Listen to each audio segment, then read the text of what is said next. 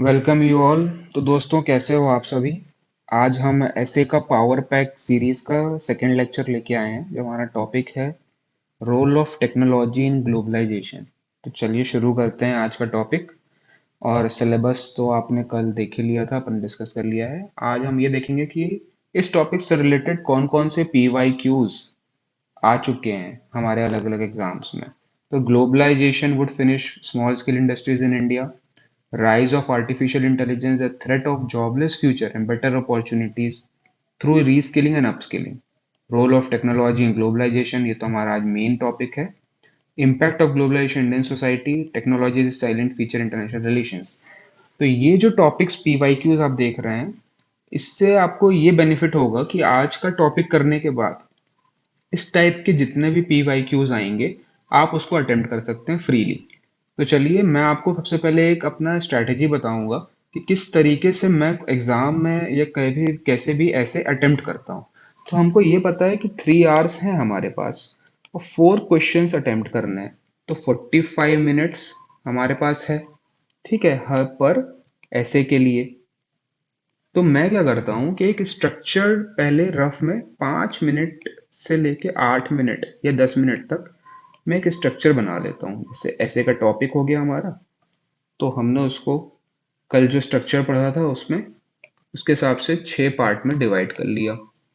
तो आ गया हमारा इंट्रो, फिर आ गया हमारा सिग्निफिकेंस ऑफ टॉपिक, ठीक है, फिर आ गया प्रेजेंट सिनेरियो।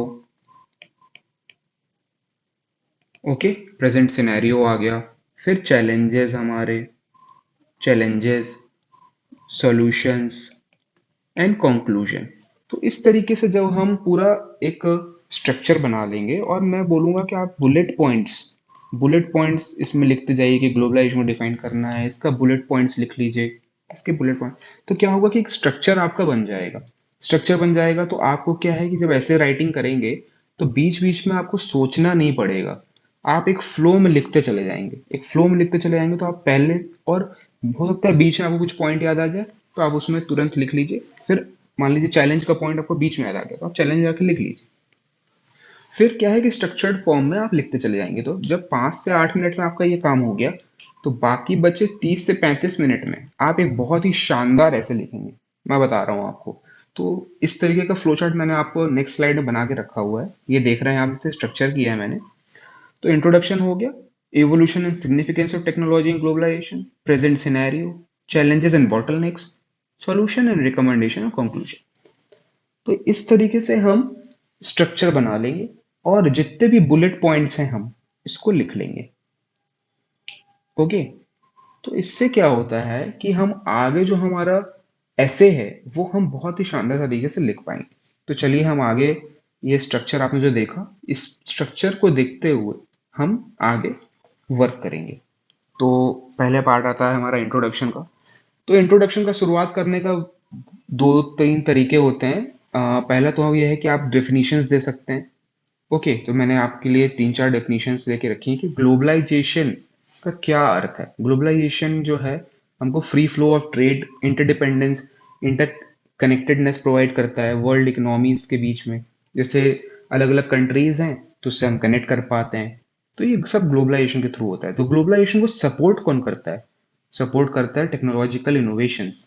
जैसे मान लीजिए सिंपल सी बात है, आज सोशल मीडिया के थ्रू आप कनेक्टेड हैं। ओके, आप ट्रांसपोर्टेशन इंफ्रास्ट्रक्चर अवेलेबल है, इसलिए आप एक शहर से दूसरे शहर, एक देश से दूसरे देश आराम से ट्रेवल कर पाते हैं। ओके, एम्प्लॉयमेंट अपॉर्चुनिटीज सिर्फ आपके नेबरहुड में नहीं है। एम्प्लॉयमेंट अपॉर्चुनिटीज आप आज दूसरे शहर में भी जाके काम करते हैं, दूसरे देश में जाके काम करते हैं। क्यों कर पा रहे हैं? क्योंकि ग्लोबलाइज्ड है एक तो पूरा वर्ल्ड, पूरा इंटरकनेक्टेड है एक दूसरे से। और आपको ट्रांसपोर्टेशन की फैसिलिटी मिल रही है कि आप वहां पे ट्रेवल करके जा पा रहे हैं। आप डेली अपने घर में बात करते हैं क्योंकि कम्युनिकेट कर पा रहे हैं। आप घर पे कम्युनिकेट करते हैं, आप ऑफिस में कम्युनिकेट सही से अलग अलग टेक्नोलॉजीज के थ्रू आप कम्युनिकेट कर पा रहे हैं, इसलिए आप ग्लोबलाइज्ड वे में कनेक्टेड है। तो इस तरीके से आप स्टार्ट दे के एक इंट्रोडक्शन बहुत अच्छा लिख सकते हैं। फ्लो चार्ट बना दीजिए। फ्लो चार्ट बनाने से क्या होता है कि बहुत ही अट्रैक्टिव लगता है एग्जामिनर को और एक अपीलिंग अपीलिंग लगता है आपका इंट्रोडक्शन। क्योंकि देखिए first impression is last impression जैसा बोला जाता है। तो आप इस तरीके से अगर आप इंट्रोडक्शन अपना शुरू करेंगे तो एक बहुत अच्छा इंप्रेशन जाएगा। तो डेफिनेशन दे दिया और फ्लोचार्ट बना दिया, क्योंकि सिर्फ डेफिनेशन देने से बहुत सारे लोग आपके तो बहुत सारे लोग बैठ रहे हैं एग्जाम देने के लिए, ऐसे तो हर कोई लिख रहा है। तो सिर्फ डेफिनेशन से नहीं, आप थोड़ा फ्लोचार्ट बना लीजिए और कुछ कोट लिख दीजिए। उस कोट के लिए मैंने आपके लिए कुछ सैंपल कोट्स यहाँ पे लिखे हुए हैं, आप अपने से भी सर्च कर सकते हैं। जो मुझे अच्छे लगे मैंने यहाँ पे लिखा हुआ है। जैसे technology is a useful servant but dangerous master. तो इस तरीके के कोट्स आप यूज कर सकते हैं। फिर आता है हमारा point, evolution and significance of technology in globalisation. तो इसका इवोल्यूशन कहाँ से हुआ? तो एक बहुत अच्छा चार्ट आप बना सकते हैं, जैसे first first industrial revolution, second industrial revolution, third, fourth.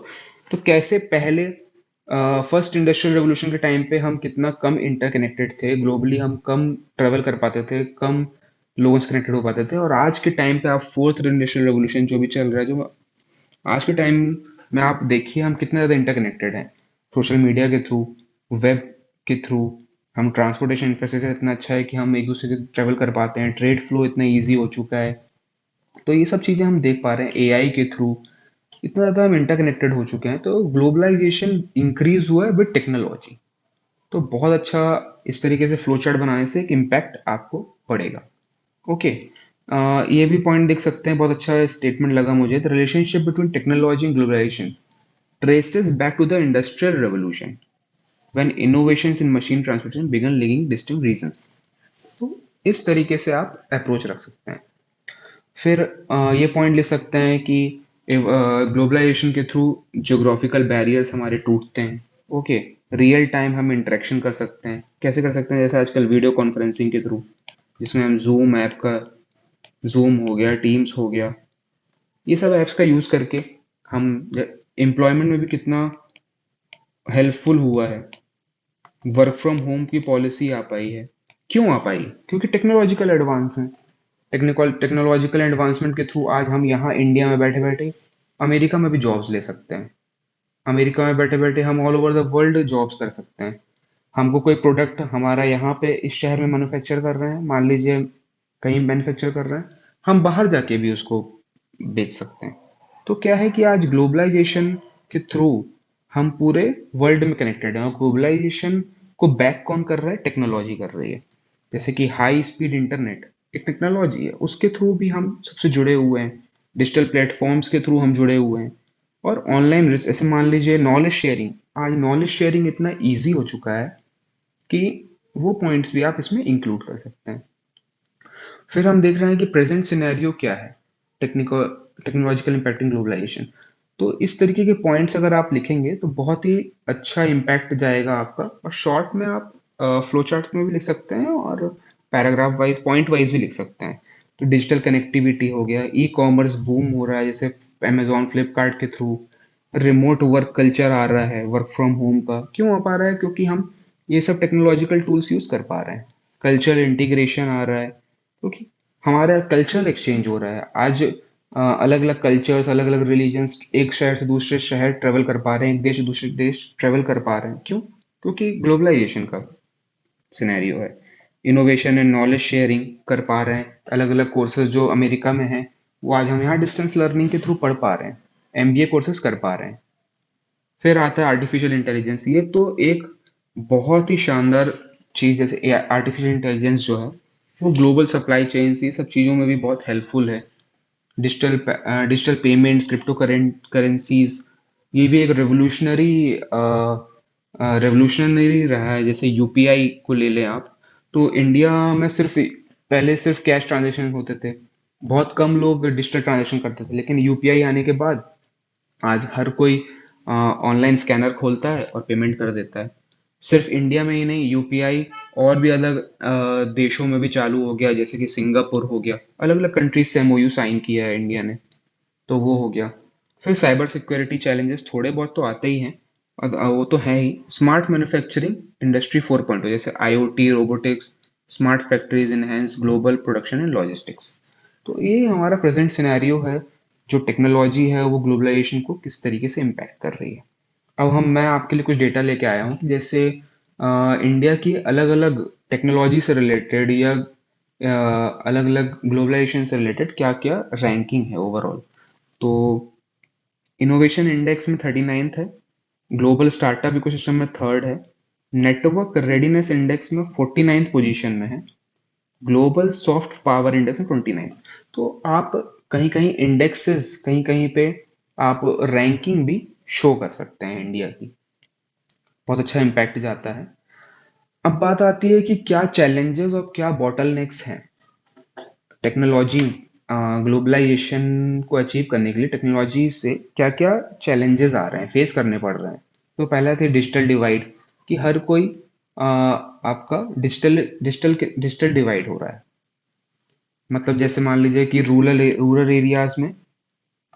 Areas में कम इंटरनेट सप्लाई है, ओके, और अर्बन में ज़्यादा है। तो डेवलपिंग नेशंस में उतना ज़्यादा डिजिटल इकोनॉमी नहीं है, उतना ज़्यादा टेक्नोलॉजीज नहीं है as compared to developed countries. Cyber security के थ्रेट्स हैं, रेगुलेटरी और लीगल बैरियर्स हमको फेस करने पड़ रहे हैं।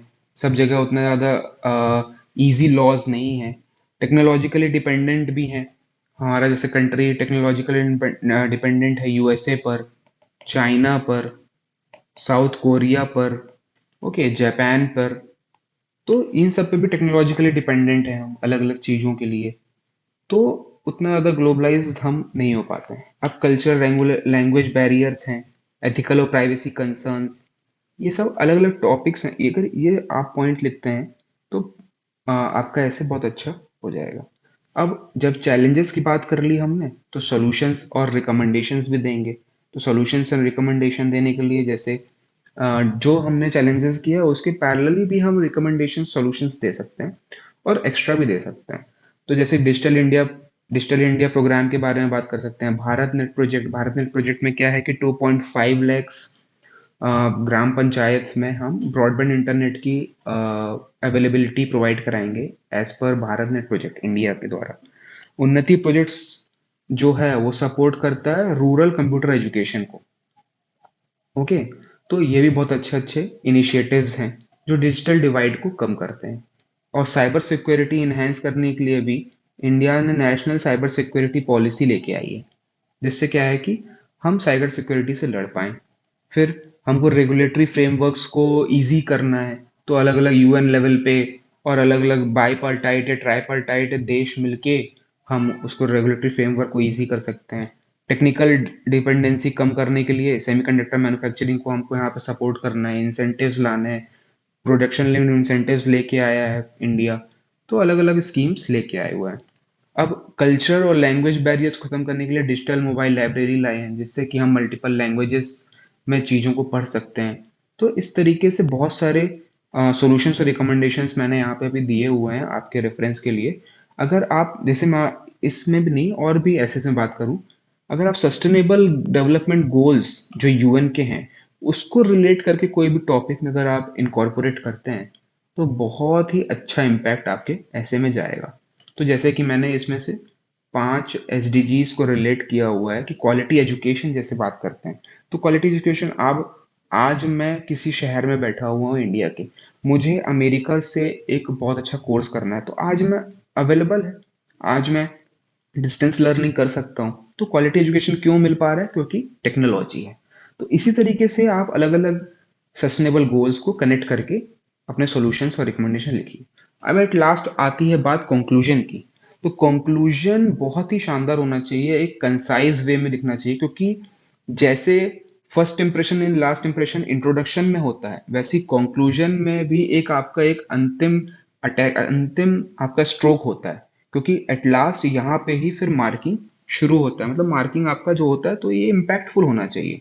तो सबसे पहले आप क्या करिए कि मैं आपको एक फ्रेमवर्क बताता हूँ कि importance of technology for globalisation. सबसे पहले आप 2-3 लाइन में ये लिखिए, जैसे बता दीजिए कि टेक्नोलॉजी जो है बैकबोन है ग्लोबलाइजेशन के लिए, ओके।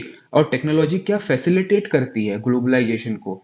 तो जैसे कम्युनिकेशन प्रोवाइड कराता है, ट्रांसपोर्टेशन है, कल्चर डाइवर्सिटी है, इंटरकनेक्ट करता है, तो बहुत सारी चीजें हैं। तो वो टेक्नोलॉजी प्रोवाइड करती है।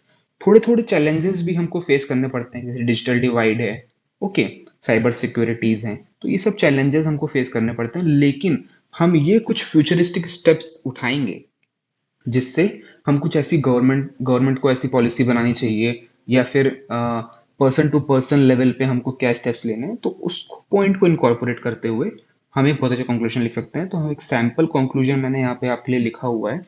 इस कंक्लूजन को आप एक बार पढ़िएगा। इस कंक्लूजन के बाद आप, मैं बोलूंगा, आप एक बढ़िया सा कोट लिखिए, जैसे मैंने लिखा हुआ है यहाँ पे, technology is the best when it brings people together. तो इस कोट के साथ अगर आप खत्म करते हैं तो एक क्या है, बहुत अच्छा इम्पैक्ट बनता है। तो कंक्लूजन आपका बहुत ही कंसाइज और बहुत ही पॉजिटिव नोट पे खत्म होना बहुत जरूरी है। तो जब आप कोई पॉजिटिव नोट पे खत्म करते हैं कंक्लूजन को, तो क्या है कि एग्जामिनर के मन में एक बहुत अच्छा पॉइंट जाता है, और आपको maximum to maximum marks gain करने में बहुत इजी होता है। तो हमने पहले बात कर लिया स्ट्रक्चर का। तो शुरू में आप एक स्ट्रक्चर बना लीजिए, मैं रिपीट कर देता हूँ। स्ट्रक्चर बना लीजिए। स्ट्रक्चर बनाने से क्या होगा कि आप एक पूरा कंसाइज वे में समझ पाएंगे, और फिर स्ट्रक्चर बनाने के बाद आप उसमें ऐसे को अटेम्प्ट करिए, और ऐसे अटेम्प्ट करके कंक्लूड करिए। तो आप बिना किसी रुकावट के उस ऐसे को लिख पाएंगे। तो चलिए, आज का सेशन यहीं ख़त्म होता है, और थैंक यू आप सभी का। होप करता हूँ कि बहुत अच्छा लगा होगा आपको। Thank you. बाय।